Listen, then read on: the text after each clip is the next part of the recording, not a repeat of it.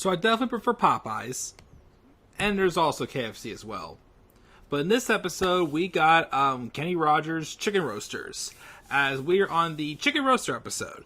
Definitely my favorite episode on disc 2 of season 8, as it's a little bit like a lackluster disc in my opinion. But yeah, there's it's not as confusing as the last episode was. Like I said, the checks was, I wouldn't say it was a horrible episode. It was just a lot of a lot of stories that were just jumbled up between everyone. And I thought that ending was a little bit goofy as well. It didn't succeed with, the comedic point, in my opinion. Chicken Roosters, though, was pretty good. Also because, preferably, it's chicken. It looks delicious and everything. I might want to have some myself. Now I might want to go get Popeye's chicken. Well, I can't really have dinner tonight, but... Anyways, so, the Chicken Roosters. So, it starts off, Jerry and Kramer were walking down the street, and they saw that right across from their building, they're opening up Kenny Rogers Chicken Roasters. And, of course, Kramer's already protested, saying stuff like, oh, yeah, they can't sell Rogers chicken. There's how many chicken places on the block. So then he says he's going to go help Newman pick out a turtle. When he walks away, Jerry then runs into an old friend of his named Seth from college, which was taken from a real-life story. I guess the writers for Seinfeld used to always go back to New York for a week or so in the summer, walk around, get some New York ideas, and they ran into an old buddy of theirs, and his name was Seth, and basically they talked him into blowing off a meeting, going to lunch. And of course they do, but then he starts talking about what's the new latest with them, and this big investment meeting he has, and yeah, that's actually where I'm supposed to be today. And it should not have blown that off?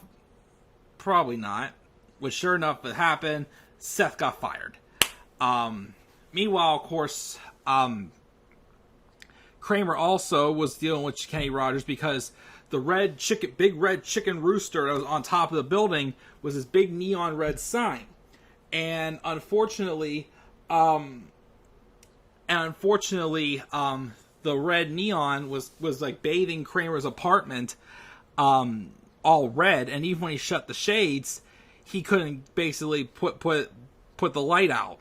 And it actually did happen to a friend of one of the Seinfeld writers. I guess that his apartment was right, when he opened the window, was right across from the Empire Hotel, and there was a red light that was like bathing his apartment that he basically just couldn't really get rid of because of how bright that sign and big the sign was.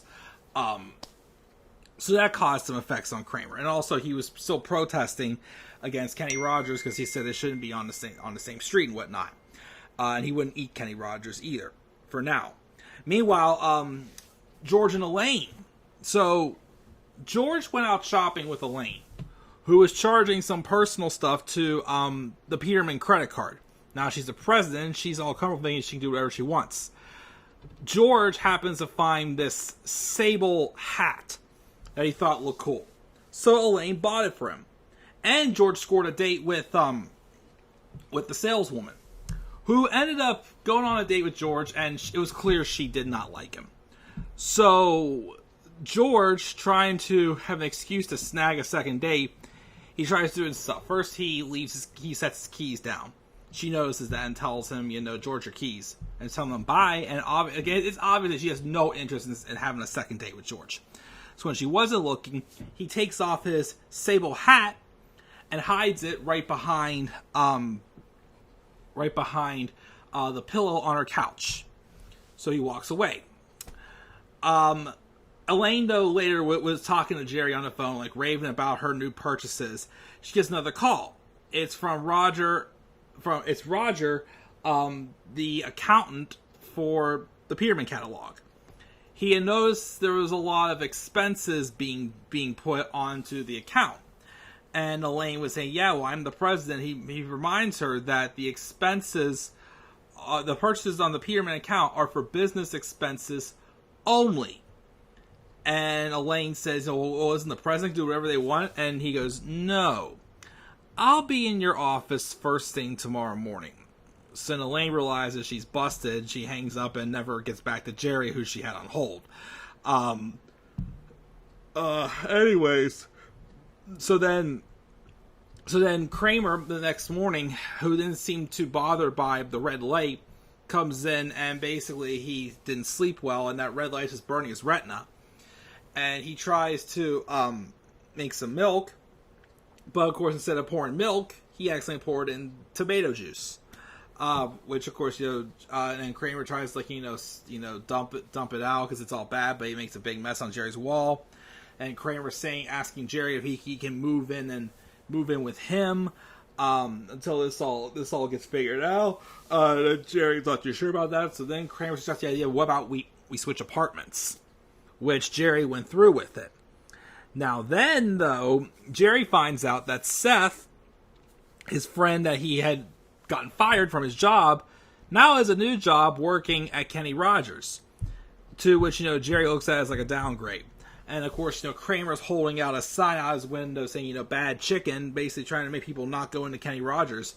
And it's the first of 2 times you heard this episode when someone goes, that's not going to be good for business. And Jerry goes, that's not going to be good for anyone. We hear that again, of course, later in the episode, when it's definitely not good for anyone, and it was Jerry's fault, and Jerry's about to cost Seth another job. Anyways,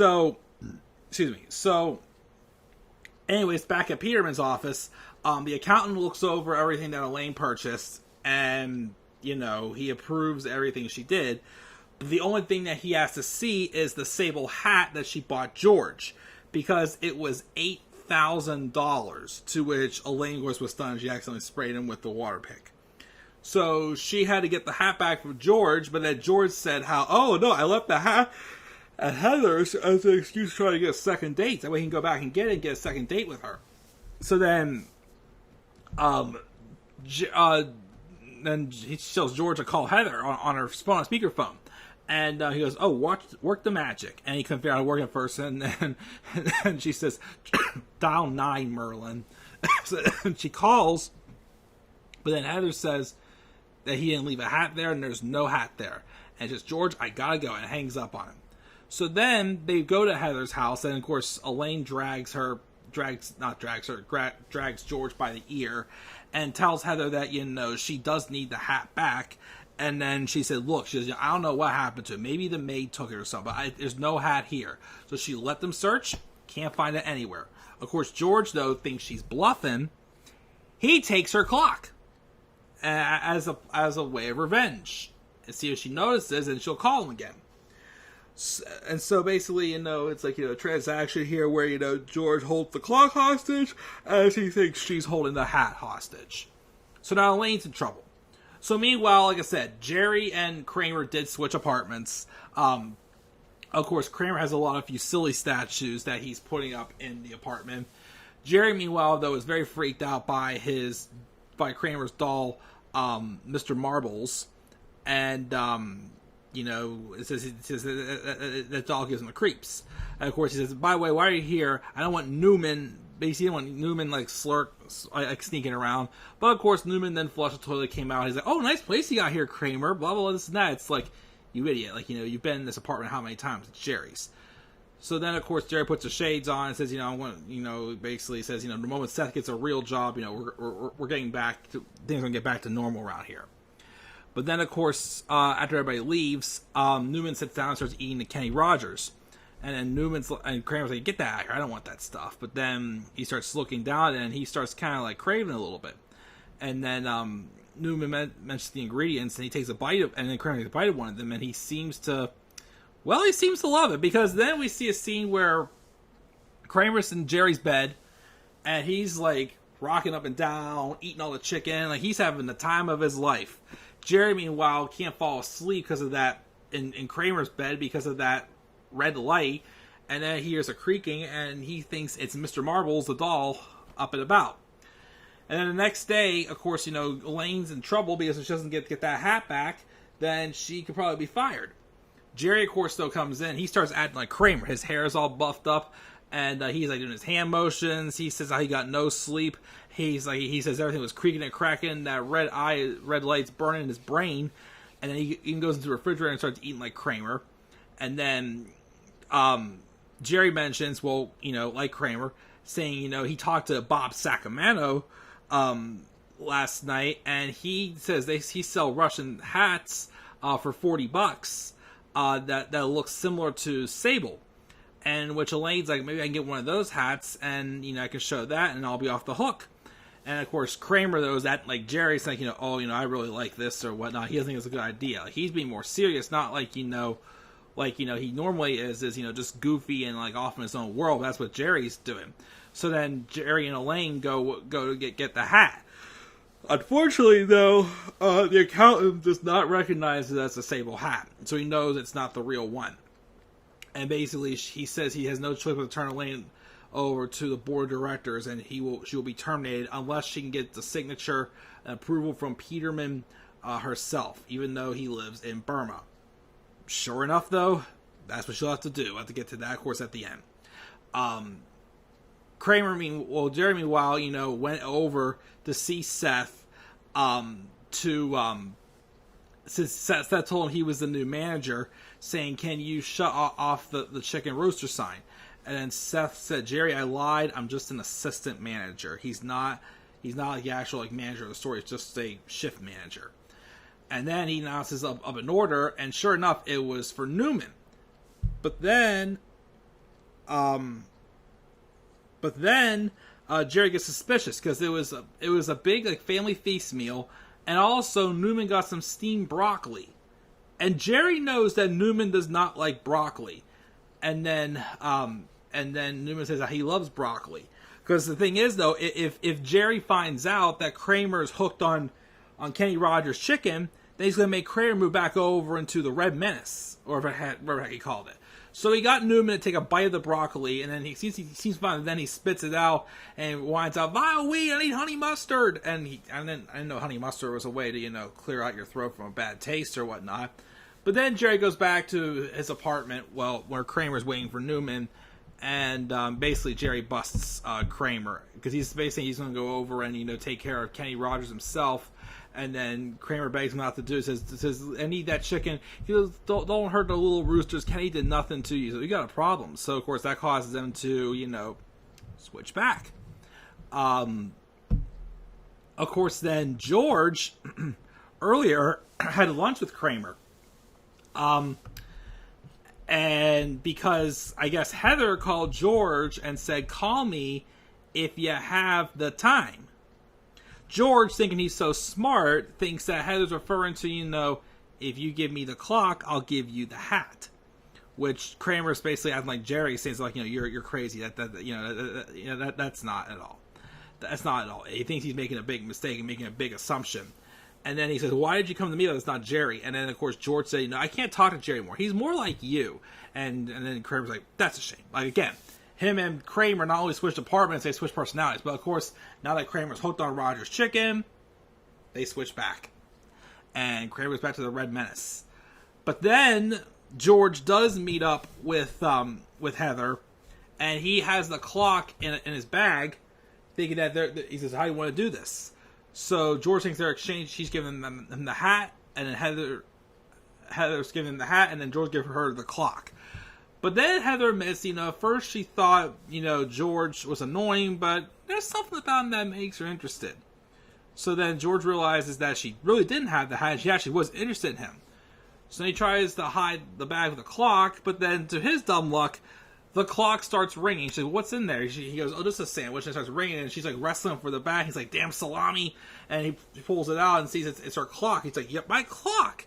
You stole it? And then George tries to come up with some excuse, but it didn't work. She just walked away. So he doesn't get his $8,000 hat back, and he doesn't get another date. And then it starts to rain. Jerry, meanwhile, had been walking around with the rat hat that Elaine had bought from Bob Sacramento. Of course, it was all wet. He goes inside to Kenny Rogers to order some chicken. But then he starts shaking his hat to, dry it out. But the hat starts falling apart, and the fur starts going all over the place in the restaurant, getting in everyone's food. That's when, of course, Jerry says something like, oh, that's not going to be good. This is the second time. This time it was reversed. Jerry says to Seth, that's not going to be good for business. And then Seth goes, that's not going to be good for any of us. And then Kramer, meanwhile, is sitting in his in his back in his own apartment, all happy, eating the chicken up, and then the sign goes out. And with a mouthful of chicken, he's like, Kenny? Kenny! And then in the closing credits, he's sitting outside Piano's window, like, with the most depressed face going, Kenny? And instead of holding a bad chicken sign, he has a sign that says, Kenny, come home. He's just like, Kenny? Kenny? Kenny? Meanwhile, Elaine did, in fact, travel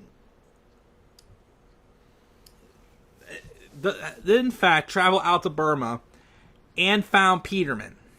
And she got him to sign off on the bill, but said that he does need to see this $8,000 hat. And then she just hangs him for a little bit, and she shows him like the urban sombrero on the front of the catalog, and he just goes, horror, horror. Which, those scenes out in Burma was a parody of the Apocalypse Now movie, I believe it was. And of course, Peterman enjoyed playing because like, it was more like a dark, like soap opera feel to it. And again, as I've mentioned a few times, John O'Hurley, although he's great in comedy, he's definitely been more so of like a soap guy. So that definitely was a little bit more up his alley with those scenes in Burma, a little more dark and mysterious, and the dialogue. And I thought it was very well done. But yep, that's Kenny Rogers. Well, that's the Kenny Rogers episode, the Chicken Roosters. Like I said, probably my favorite episode on Disc 2 of Season 8. Fortunately for Seth, he's lost 2 jobs. Jerry costed him them both. But Jerry has his own apartment back. Oh, yeah, and then when Jerry got his own apartment back, he's sleeping in his own bed, but he hears a creaking and cracking, and he thinks it's Mr. Marbles again. I forgot to mention that. So, yeah, that's the Chicken Roosters. Any other thing I found here that I already didn't mention about the apocalypse? Originally, the real Kenny Rogers Roosters restaurant chain didn't like this episode and did not approve of the scene where Jerry accidentally covered everyone's food with the rat fur from the hat. But in the end, though, Kenny Rogers himself actually supported the episode and supplied the cast and crew with a catered dinner, which is, of course, delicious. Again, I told you about the Apocalypse Now stuff with the Peterman scene. And there was a copy of Child's Play 2 be seen in Jerry's apartment on the entertainment shelf. And Chucky from Child's Play, the first one, was referenced to the Mr. Marbles doll giving Jerry the creeps. Now, also a fun fact here. I didn't know this, but apparently Michael Richards is actually a vegan. And in scenes where Kramer eats chicken, Richards only chewed the skin and spit it out in a bucket between takes. And of course, he actually, if they did multiple takes, he actually would reuse the chicken that he'd already eaten from, as he knew if he kept eating more and more chicken, he would easily get sick from overeating during multiple takes. So yeah, an interesting fact. I didn't know that Michael Richards was a vegan. But, yeah, that's the Chicken Roosters. We'll see you guys in the next review, whichever episode that is. Can't remember which one off the top of my head. I know we have the abstinence still left on this disc. The little Jerry, one other, I can't remember what it was off the top of my head. But we'll see which one is next course.